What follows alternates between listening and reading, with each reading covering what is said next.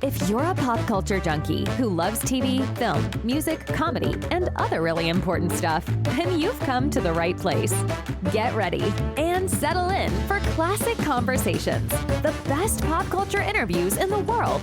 That's right, we circled the globe so you don't have to. If you're ready to be the king of the water cooler, then you're ready for Classic Conversations with your host, Jeff Dwoskin.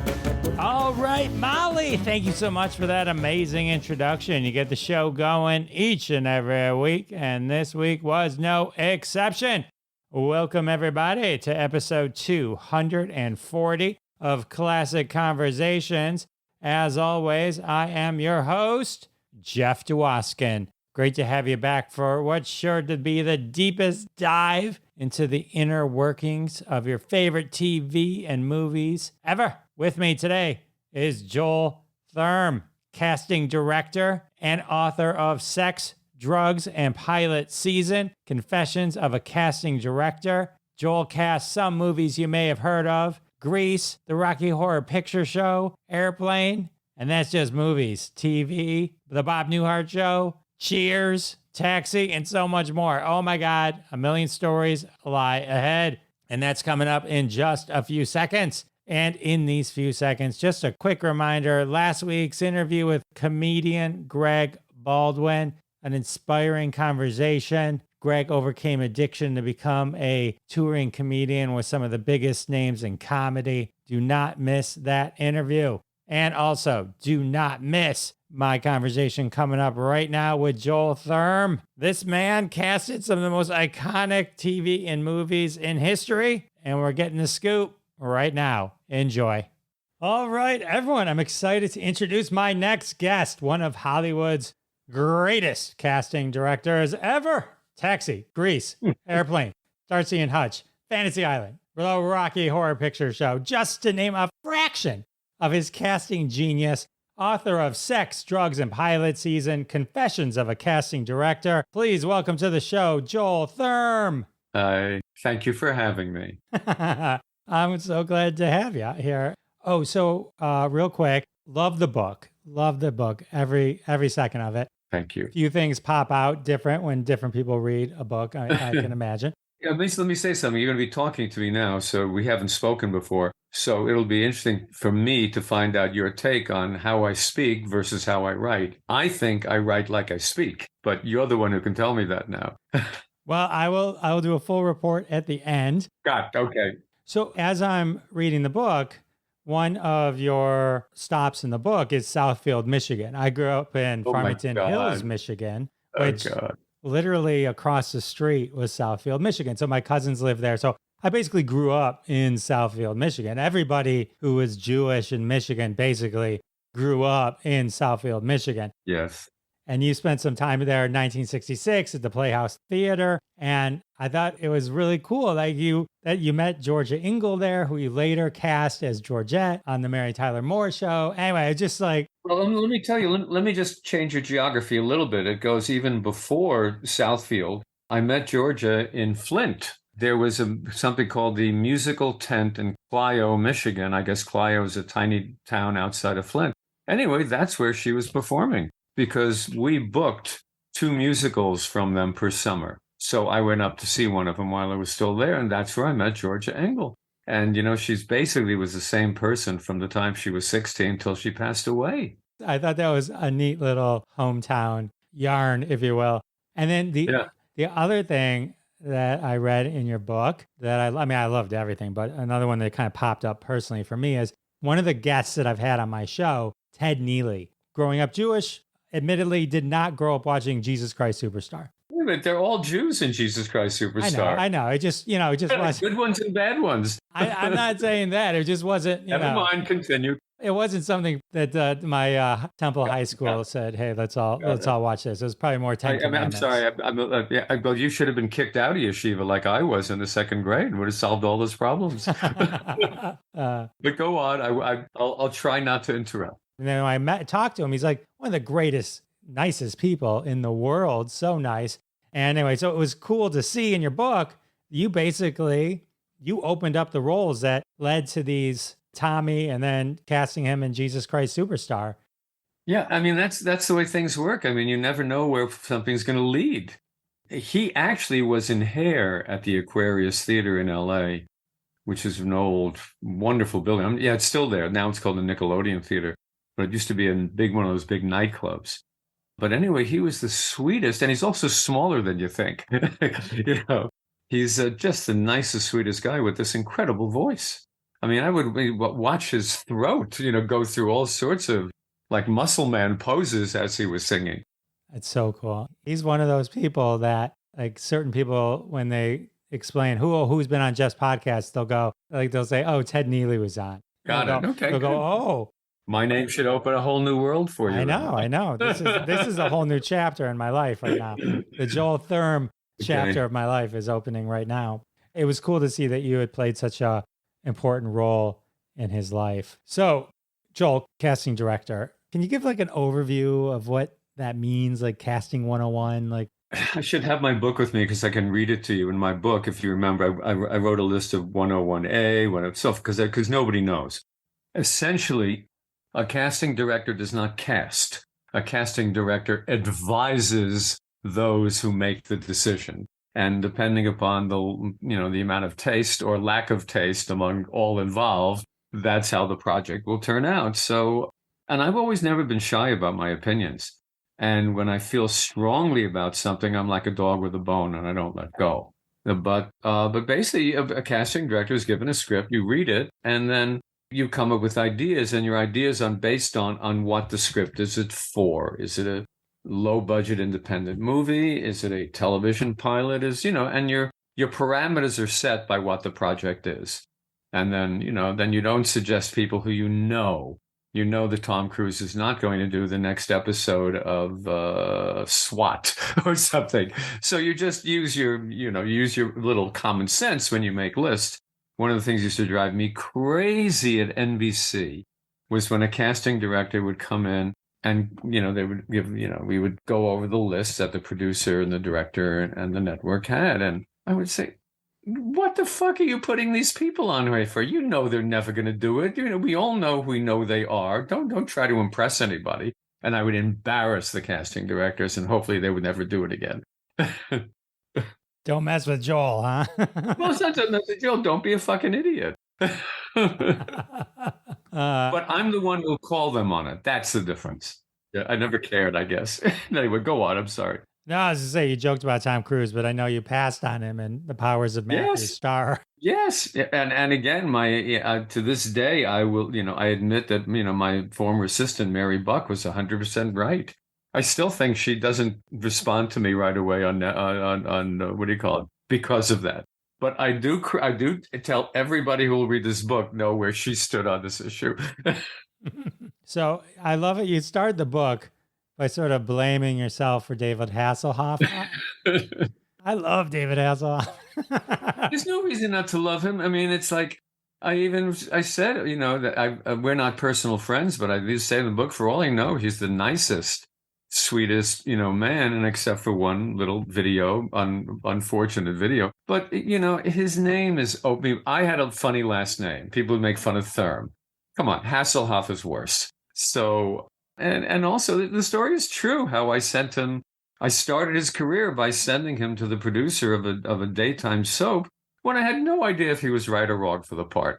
But I just knew that he was young and attractive. And like I say in the book, if he could walk and talk and chew gum at the same time, he could be definitely a soap star. And he was. Yeah. You laid the path for Knight Rider and Baywatch. Well, the funny thing about that, is you read in the book, when it came to Knight Rider, I really had to go to work to get him the part. The people at Universal did not want him, but my boss, Brandon Tartikoff, did want him.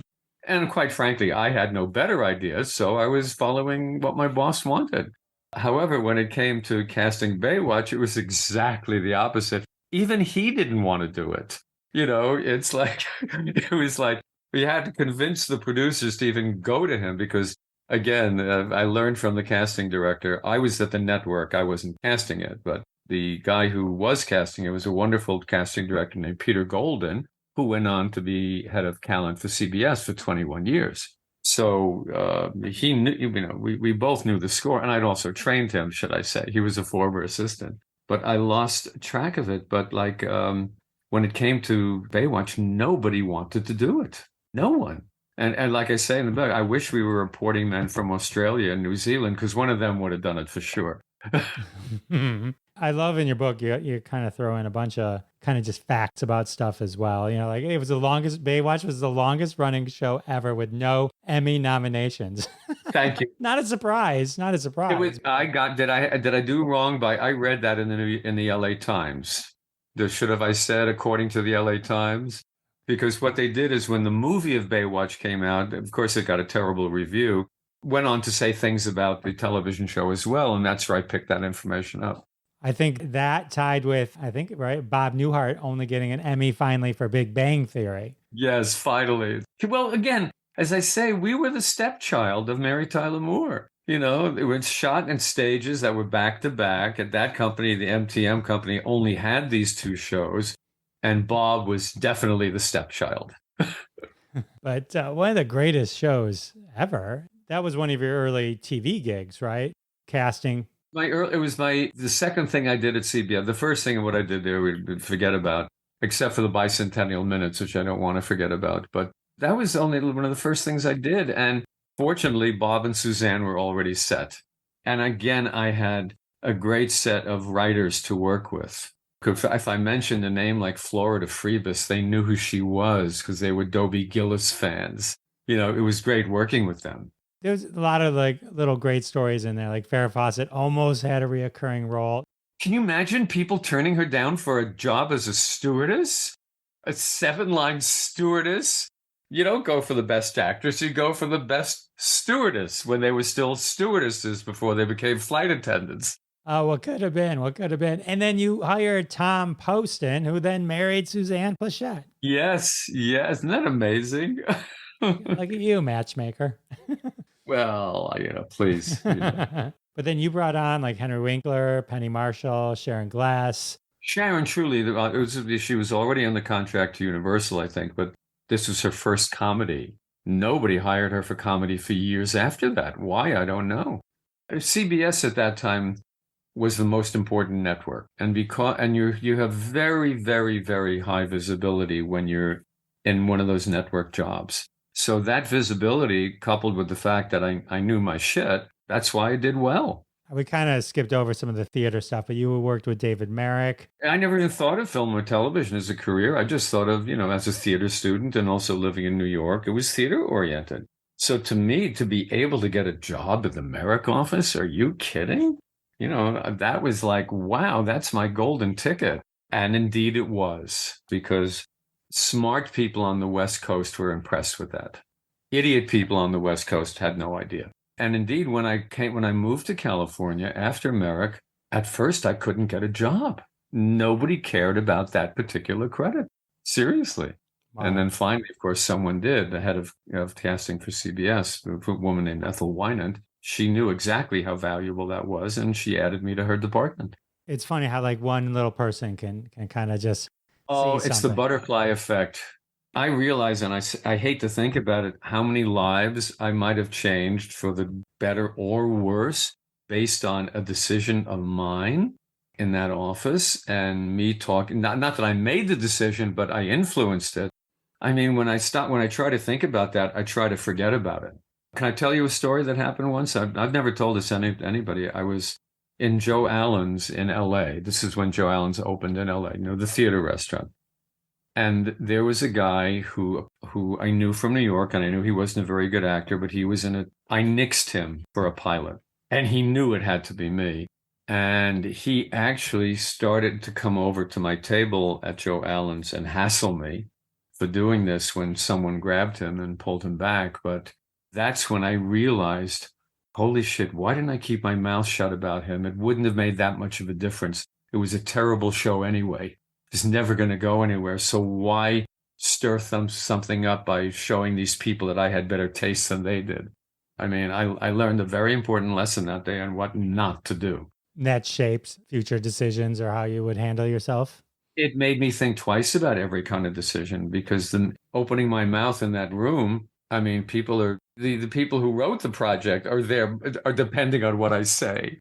I mean, yet another network test. I mean, to get the project to where it's going, it had to, get through certain gates. So, and I was the last stop before going to film or tape. Oh, wow. Did you ever bump into that person again, or that person leave Hollywood?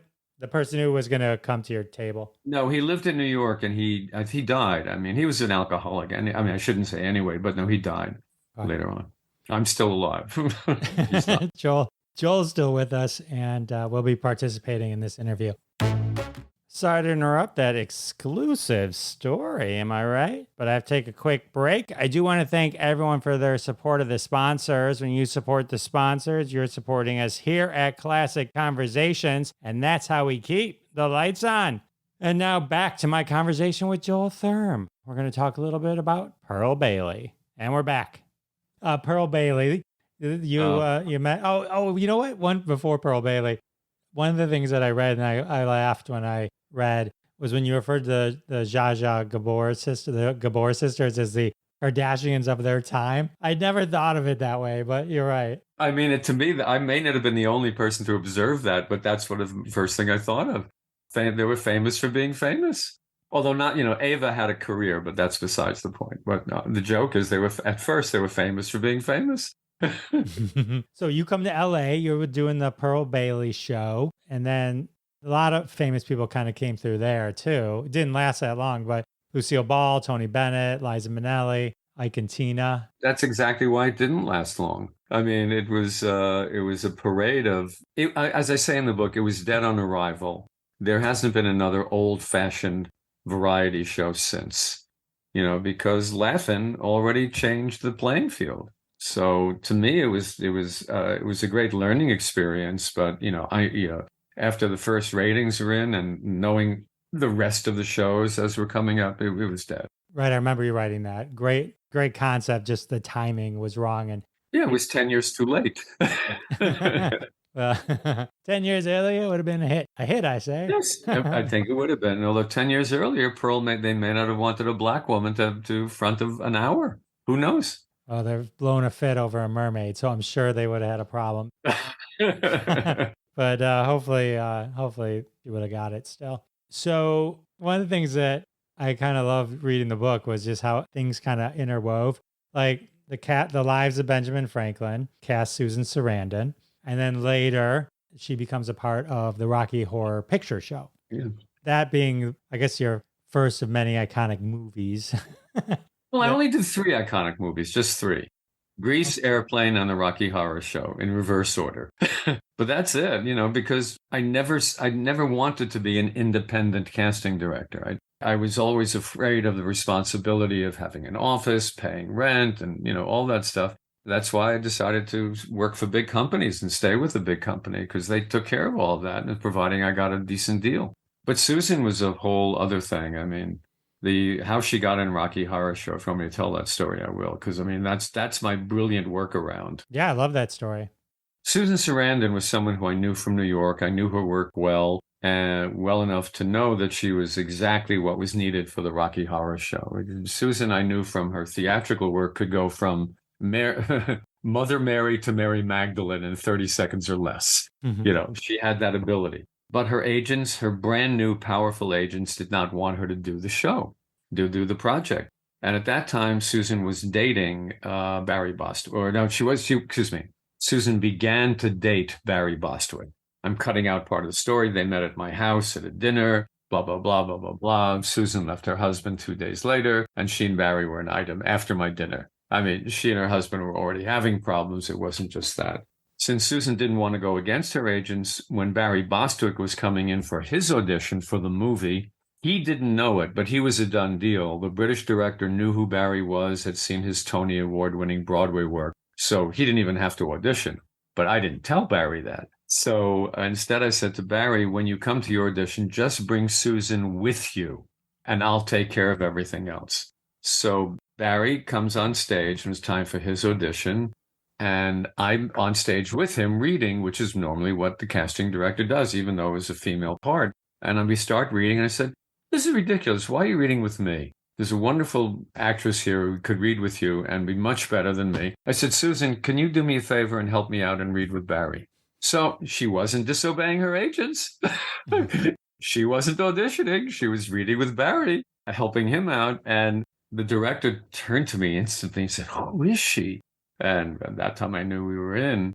And at that time, no one, years and years later, Barry and I remained in contact over the years. Years and years of later, when I wrote my book and I was verifying what I wrote, he backed it up completely. And then he said, I never understood why everybody stopped talking to me and was talking to Susan, even though I got the part.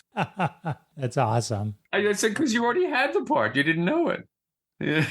That is classic. That is awesome. And then you guys kind of discovered Meatloaf for this, at least. Well, he walked into an audition. I mean, I can't say that I found him sitting at a cafe waiting for me. It was during the New York auditions for Rocky Horror Show. And he walked in. He sang. And he like, oh, my God. That's how things happen. Things normally happen through the regular process. It's rare that they happen outside of the regular process. Or you see, was it the joke of seeing the buxom blonde at the drugstore soda fountain? The only time that happened to me was with Ken Wall. Do you remember him? Where I was casting a movie called King of the Gypsies, and he was sitting in a coffee shop, and someone who I was having coffee with said, there's your King of the Gypsies sitting right over there. And that's when I went over and I explained everything, and he came and auditioned to get it, but he had a career later on. That's really cool. Meatloaf was awesome. And then he was really the only one from, I mean, except for Barry and Susan in the movie. Everyone else was Tim Curry and the London cast. That became a midnight sensation. In truth, by the way, the riffraff that we had, who was a man named Bruce Scott, was much, much better than Tim O'Brien. He really was. Tim O'Brien's writing talents are much bigger than his acting talents.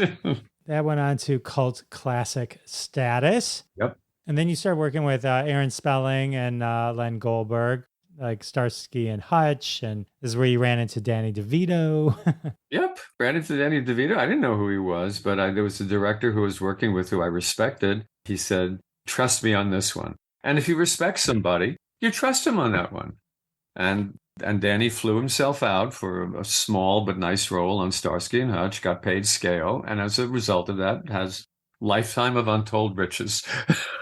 It's amazing how one decision can. Well, no, that's what I'm saying. It's the butterfly effect. What if someone else was casting Starsky? What if someone else was saying, no, I have to see them here or whatever? The what ifs, that's why this business is, and talent is actually not the first thing you need to be successful in Hollywood. Luck is the first thing. I love the story that you talk about, focusing on Ricardo Montalbán for Fantasy Island when the secretary suggested him. Yeah, Aaron Spelling's secretary. I mean, it wasn't me. I always give credit like that. When people give me credit, say, for Family Ties or Golden Girls, I'd had a lot to do with Golden Girls from the network portion, but I said, no, there was an absolutely wonderful, wonderful casting director who's now passed away named Judith Weiner. She pushed for Michael Fox. Come on. So I always credit those people because it makes me look good knowing to hire those casting directors. Because I get a bad rap from other casting directors because I wouldn't approve them at NBC. It's not only approving the actors, it's also approving the casting directors. It's a complicated process. This is when you were kind of leading the charge over there. I was VP Talent of Casting at NBC for 10 years. And it's the rise of NBC from less than zero to the top in 10 years. And then I left at the top. And then you finally helped them get the Love Boat right by the third pilot. Third pilot. Yeah. Again, I think it's fascinating. No one from the first pilot made it to the third, but yeah, so I did that. I mean, it's again, one of the easiest jobs I've ever had in that. The head of ABC, the network that Love Boat was on, was Fred Silverman, who had been my boss at CBS, and then kind of indirectly my boss's boss, because let's say my boss was at Paramount at Paramount, but Paramount was under contract to ABC. So in other words, Fred had to approve all of that too. Fred said to me, for the captain, just get me someone from the Mary Tyler Moore Show. Who's left? And I said, what's his name? Gavin MacLeod. He said, fine, do it. It was like, that's how easy that was. Get me someone. Any one of the guys from Mary would have been the captain.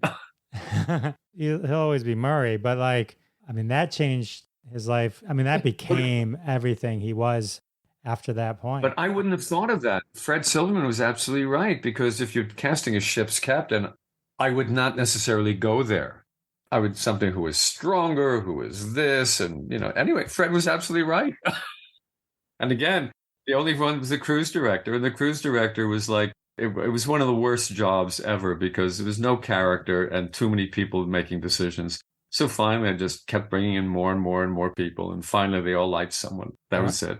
There you go. That day, they liked someone. If she came in on a different day, they might not have liked her. I've heard other stories like that where they would bring back someone secretly because they wouldn't notice. I think someone was telling me that Jennifer Aniston with one of her series. And then I've done that. So let's talk about John Travolta, who you've known forever. Since he was 17 and he had graduated high school and with his parents' approval moved to New York. His manager, he was really lucky. How he got to this manager, I don't know.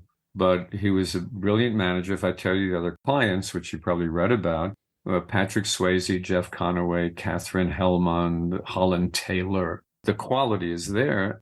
Bob was one of my best friends, and I met all of his clients.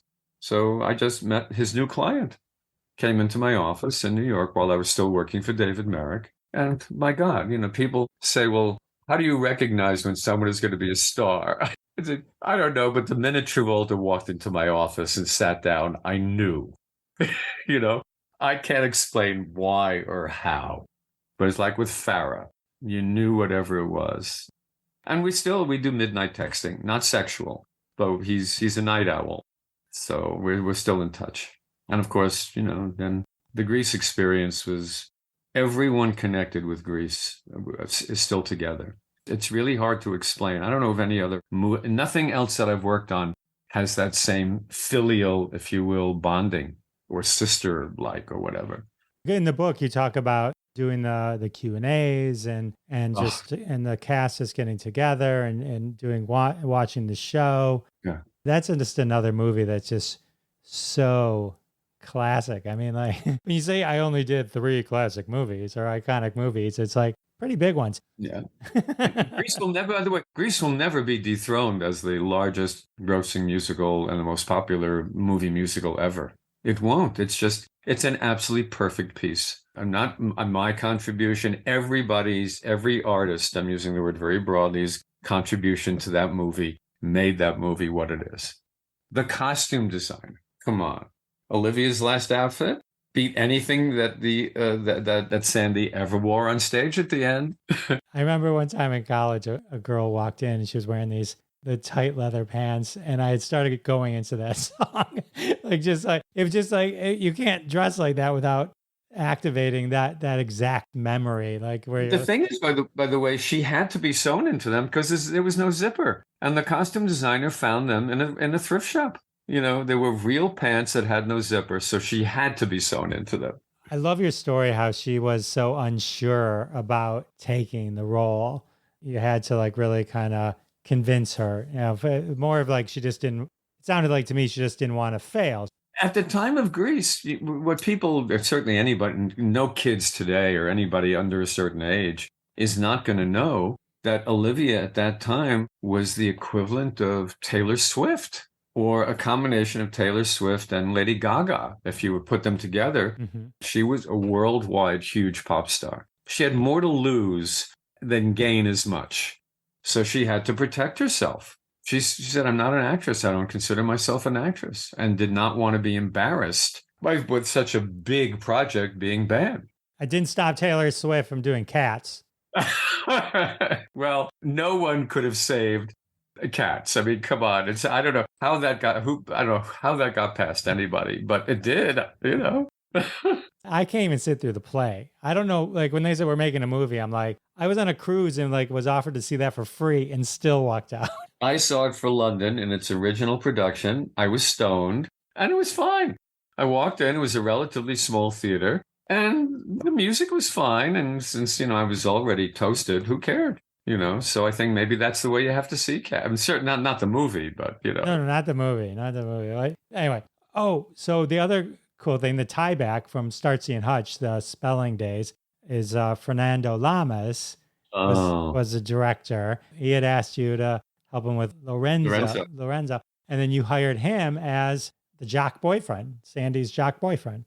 yeah, but that was, only because the first boyfriend quit. I mean, because of being at the network, or maybe just, it's my own instincts, by the way. If you can get name value out of something, use it. So the name value was putting the then president's son in the piece. And in a way, that wasn't an embarrassing part. It was a perfectly reasonable part. But Stephen Ford quit. But he goes on a soap. Big fucking deal. But Lorenzo is a sweet guy. It's and then he went on to huge success too, in a character that's not like him at all. No, much different than the Grease character. Yeah. And again, sweet. And I had so much fun with Fernando. Because as I say in the book, we were casting in episodes of a silly television show. So why go crazy? Is Fernando Lamas, is that the Fernando Lamas that Billy Crystal based his character on? Yes. Yeah. How many Fernando Lamases do you think? I just want to make, That, yeah. And because he was like that. He was expansive and joyful. He did a lot of Spelling-Goldberg directorial stuff. So I was with him like at least a half a dozen times, casting these various episodes of things. So I got to know him fairly well. I mean, as well as you can get to know someone in those rooms, which actually is pretty well because you're talking all the time. Someone else is not in the room. I mean, on top of the genius of John Travolta and Olivia Newton-John, like Sid Caesar and all the 50s, 60s folk. That's all me. Honestly, my idea was to do that. The list that I sent to Paramount was completely different than what Alan Carr wanted. Fortunately, the Paramount people knew me and trusted me more than him. He wanted a porn star named Harry Reams to play the Sid Caesar part. Indeed, gave him $5,000. He paid at least, Alan followed through on his, he paid the guy. But his ideas, how could you not? And it's hard to put yourself into my situation where I was listening to Eve Arden on the radio, because we were the last family on the block to get a television set in Brooklyn. But I used to listen as a little kid because there was something funny about Eve Arden's voice. So I knew her voice, and then she became our Miss Brooks on television, and I was in. How could you not put her first on a list for the principal? I mean, to me, it's rocket science, but maybe things that I think are so obvious are not to other people. No, it's brilliant. She's so good. Everyone is so good. By the way, the whole Sid Caesar part of that was not in the script. Alan Carr was sick for most of Grease, and the director was my best friend. So I'm saying this without any modesty at all, that while Alan was away, I was able to produce that movie. I think this is in the book. I forget someone came over, one of the executives, and said that we were planned to do the last scene at Magic Mountain originally, and came over that it was too expensive. We couldn't do Magic Mountain. I said, oh, that's the best news I've heard. It shouldn't be there. It should be a little school carnival in the parking lot or something. So that's not a casting decision, tons and tons of things like that I did. Again, but the whole use of 50s, mostly 60s movie stars in those adult parts was all me, no matter what you read. And ask the director, he'll tell you. I believe you. And I'm going to say, here, I'm going to go, Joel Thurm, producer of Grease. And now you can go to Wikipedia and reference this. Well, it was interesting. It wasn't until the sing-along screenings in Florida that both John and Olivia knew what I did during the production of the movie. Because by that time, Randall Kleiser wrote a book, and his book came out listing at least half of those, because it's taking away from himself a little bit. But that was the first time anybody knew all that stuff. And I was seen in a new light, which made me very happy. You could tell how close they were. I mean, I think John Travolta doing the memorial for Olivia Newton-John during the Oscars, I got really emotional hearing him talk about her, during that segment, the memorial in memoriam. You could just tell that was true love there. What you saw was what you got. Everybody, says about Olivia, the first thing out of their mouths usually how beautiful. First thing should have been how smart. But we don't do that with women. Right. For someone to be, like you said, the Taylor Swift of her time and all that kind of stuff, you got to have brains. You have to know that stuff doesn't happen by accident. I think in her case, and she was used to being a star since she was an early teenager, on English television. I forget, and his name just went out of my head. Cliff Richard was the Elvis Presley of England at approximately the same time, but Cliff Richard had his own television show. And Olivia, that's how she started. That was her big break, getting on his show. And he was at this dinner in Palm Beach. Oh, wow. And there's a bad photo of him in the book somewhere. Always bring your own photographer. That's the lesson there. Got to take a quick break. And now we're back with Joel Thurm, going a little deeper into Grease, the difference between the movie, the play, and how the movie influenced the play. And we're back. I didn't realize, I don't know if I'd ever seen the play. So I think I didn't realize, giving John Grease Lightning and, and some of the new songs and stuff like that. Because I think later they adapted some of the movie stuff back to the play. Well, they put all the new movie stuff into the play because it needed it. Danny had no song in the first act. The only thing he had was Summer Nights, but he didn't have anything for himself. It's interesting. The woman who hates me to this day, I think, is Pat Birch, who was the choreographer for the original off-Broadway production, which moved to Broadway. She was an originalist, and she thought that when I suggested, giving Travolta Grease Lightning, that was outrage. And I think she never forgave me for that. But I mean, John knew that I did that, but he also confessed at this dinner. He said, there was no way I wasn't going to do that. In other words, if it didn't happen, he was going to pull star shit and make it happen. That's funny. But he was right. And it was very Menchie of Jeff Conaway, too. I'm sorry, but you look at it now, Jeff got a lot of attention in that, too, because Jeff was right behind him in most of the choreography. In the television version, and I think this is a real mistake on their part, when they do that number, they dressed all the boys, including Danny Zuko and Kenickie, in the same costume. They didn't separate Kenickie, and they didn't have separate costumes.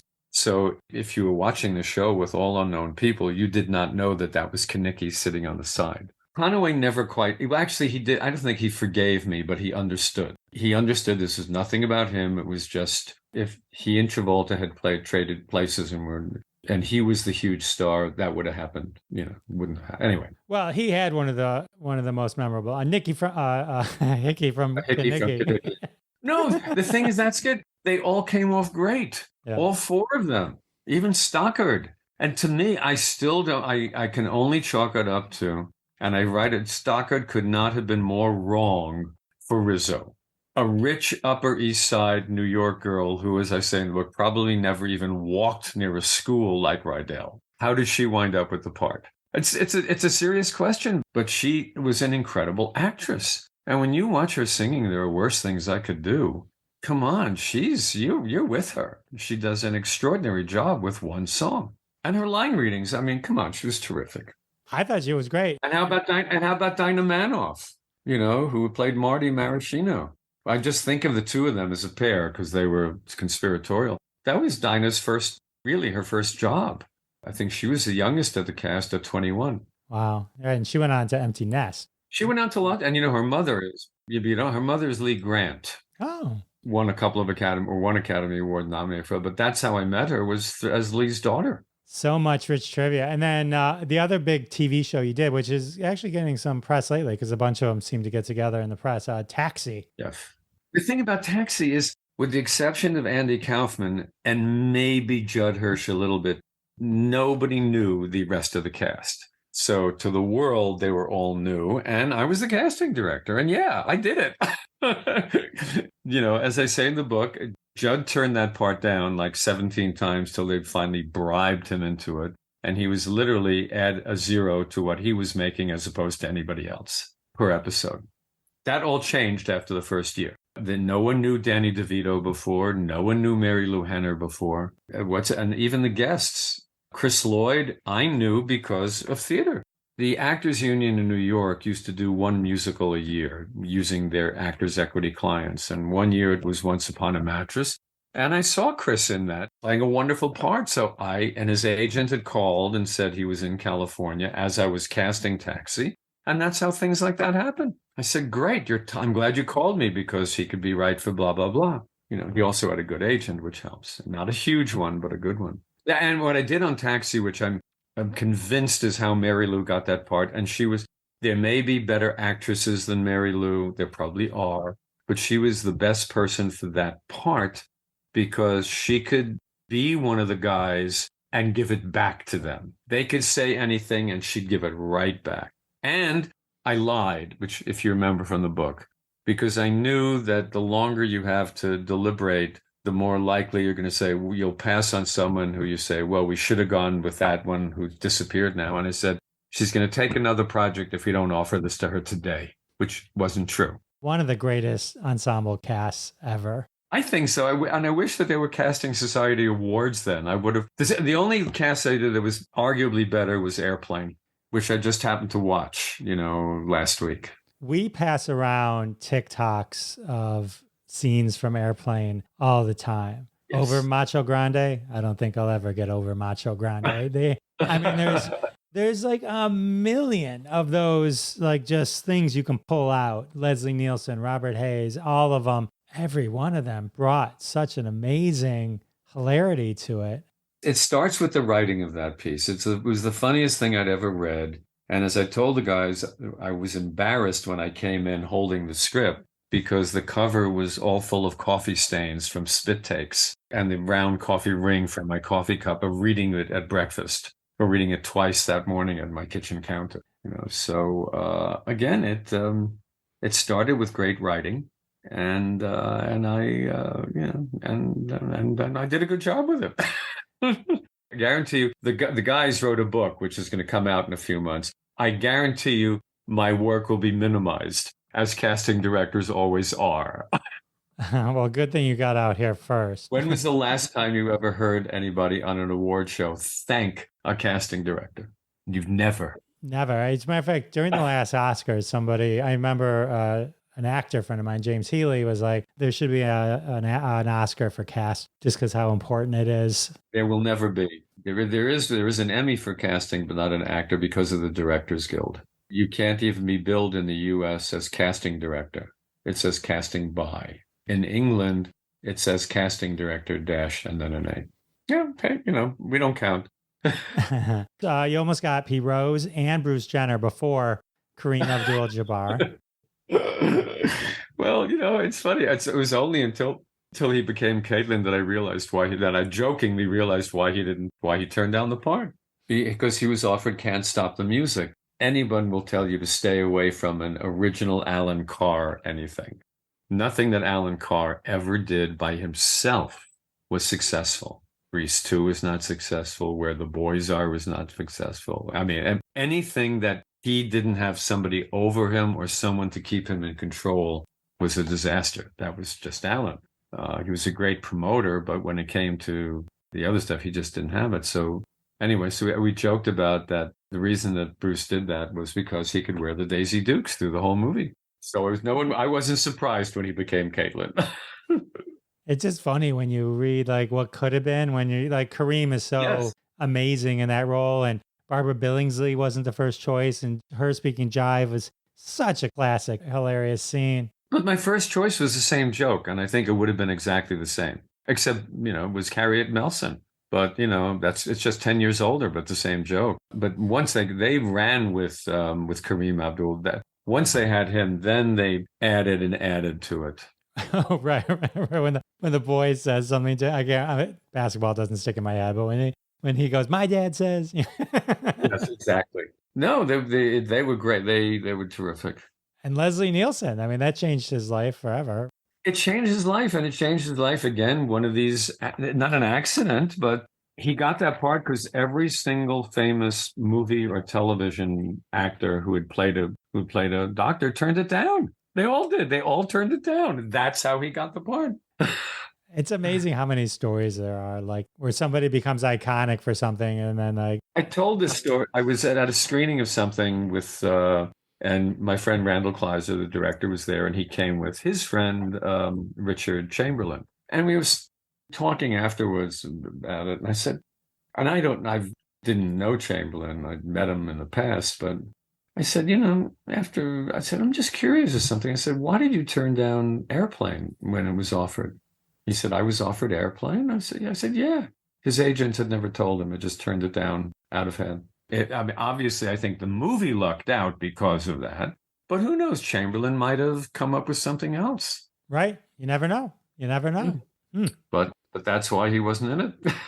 I mean, there's just so many like stories when you talk about butterfly effect, like rescuing Ted Danson and saving Cheers, bringing him back into the fold. Amazing story. I have to read this only because, well, now that I keep this right in back of me, so when I do these things. But anyway, what Ted wrote when I asked for a blurb, thank you for pretty much everything in my life.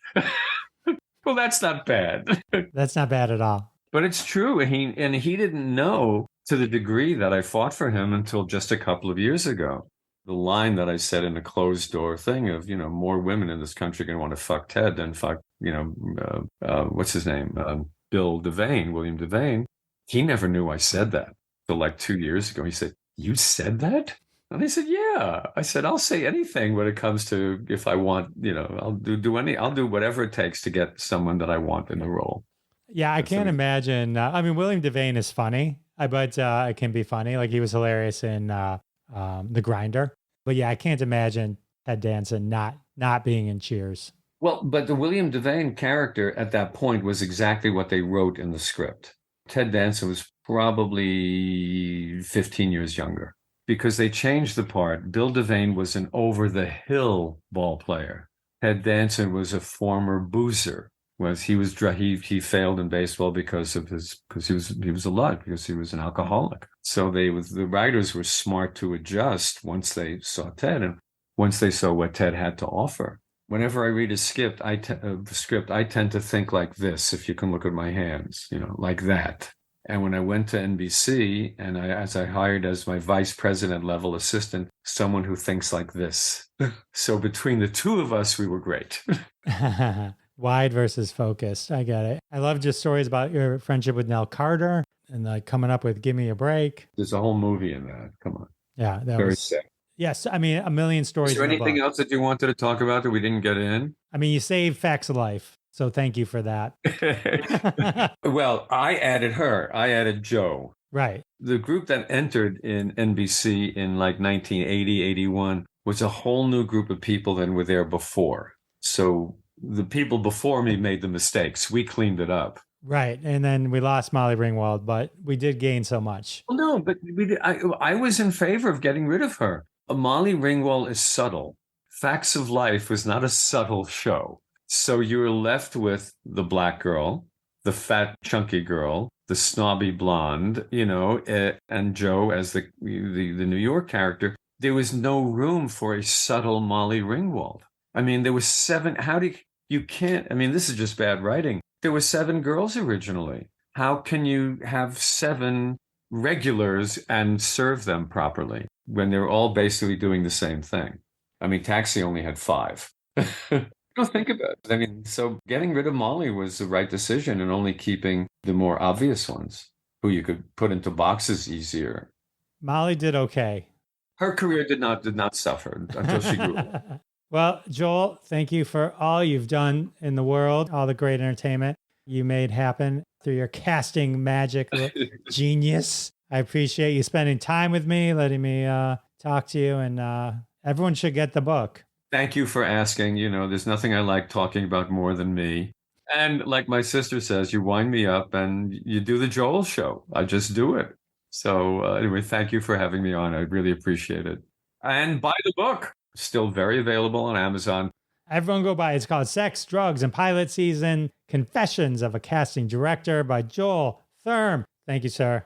Thank you, Jeff. Bye. All right. That was Joel Thurm. I make no bones about it. This book was amazing. Sex, Drugs, and Pilot Season, Confessions of a Casting Director. If you love stories about the shows that we talked about, and there's stories, a million more stories in this book about a million other shows as well. Joel Thurm did so much in the entertainment industry, and he shares it all. And yes, he does talk like he writes. So you're gonna enjoy this book. It's great. A lot of insider info from someone who was there. All right. Well, the interview over. It can only mean one thing. I can't believe it. The episode's over. Episode 240 has come to a close. Thank you once again to my amazing guest, Joel Thurm. And thank you, of course, to all of you for coming back week after week. It means the world to me. And I'll see you next time.